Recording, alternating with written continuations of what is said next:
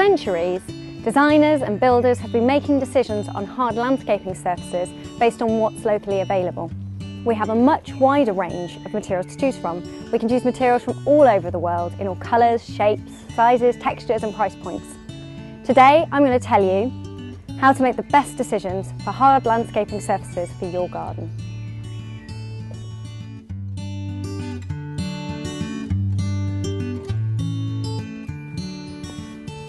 So there are three things you need to keep in mind when you're making hard landscaping decisions. Firstly, impact. The materials you choose will make the most significant impact on the overall look, layout and budget of the whole garden, so you need to get it right. Secondly, you need to think about practicality. You need to create stable surfaces so that when you have your seating, you won't sink into the ground. You need to think about paths for getting around the garden without getting your feet muddy. You need to still think about how it all fits in with the garden. So you need to think about a sympathetic design using materials which complement the house and the surrounding landscape. When it comes to paving slabs, you'll be spoilt for choice. But here's a few tips to help you work your way through the minefield. In a cottage garden, I would choose a mix of irregular slabs that lock together a bit like a jigsaw. It will give your garden a sense of instant history and it'll be very much in keeping with the style. These will often come in a natural stone, perhaps a limestone or a sandstone. The advantage of that is that stone always looks better the longer you've had it if it's a natural stone. But the disadvantage comes in terms of cost. As you can see, natural stone will often come in quite a wide range of thicknesses, so you have to bear in mind that you're going to have to level each slab individually, and so the costs are going to add up. A good way around this is to choose a reconstituted stone, which has been made from gravel which has been bound with cement. Now a lot of people are put off the quality of these because by the time you get to a really good, convincing reconstituted stone, it will cost the same amount of money as a natural stone.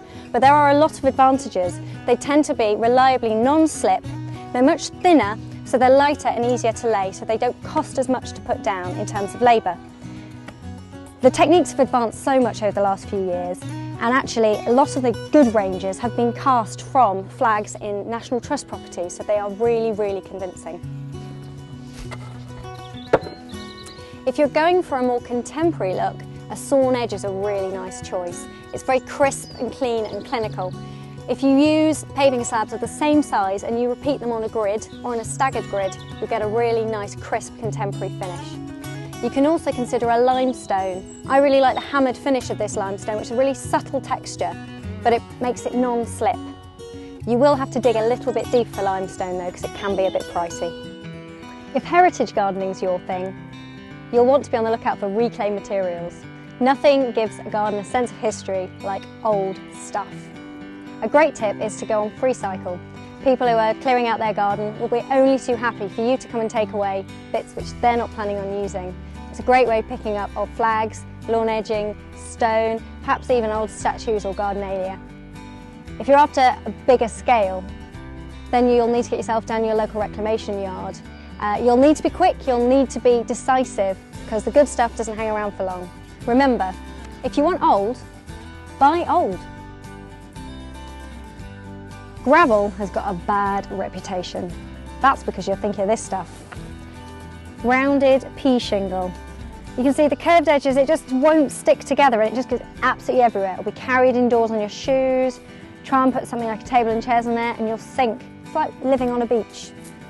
You want the right stuff.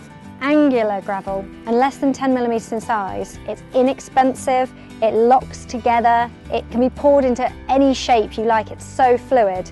Better still, look out for a self-binding gravel. This is an angular gravel, but it goes right down from 10mm down to dust, so it's got some really fine particles in there, and that will bind and lock together to form a fantastically sturdy surface. Now, most of the time you're meant to lay it and then water it, which locks all the different bits together because all the different size particles will kind of like meld together. But here's my tip for you. Lay it in the autumn and it's bound to rain, so that will just sort it all out for you and you won't need to lift a finger.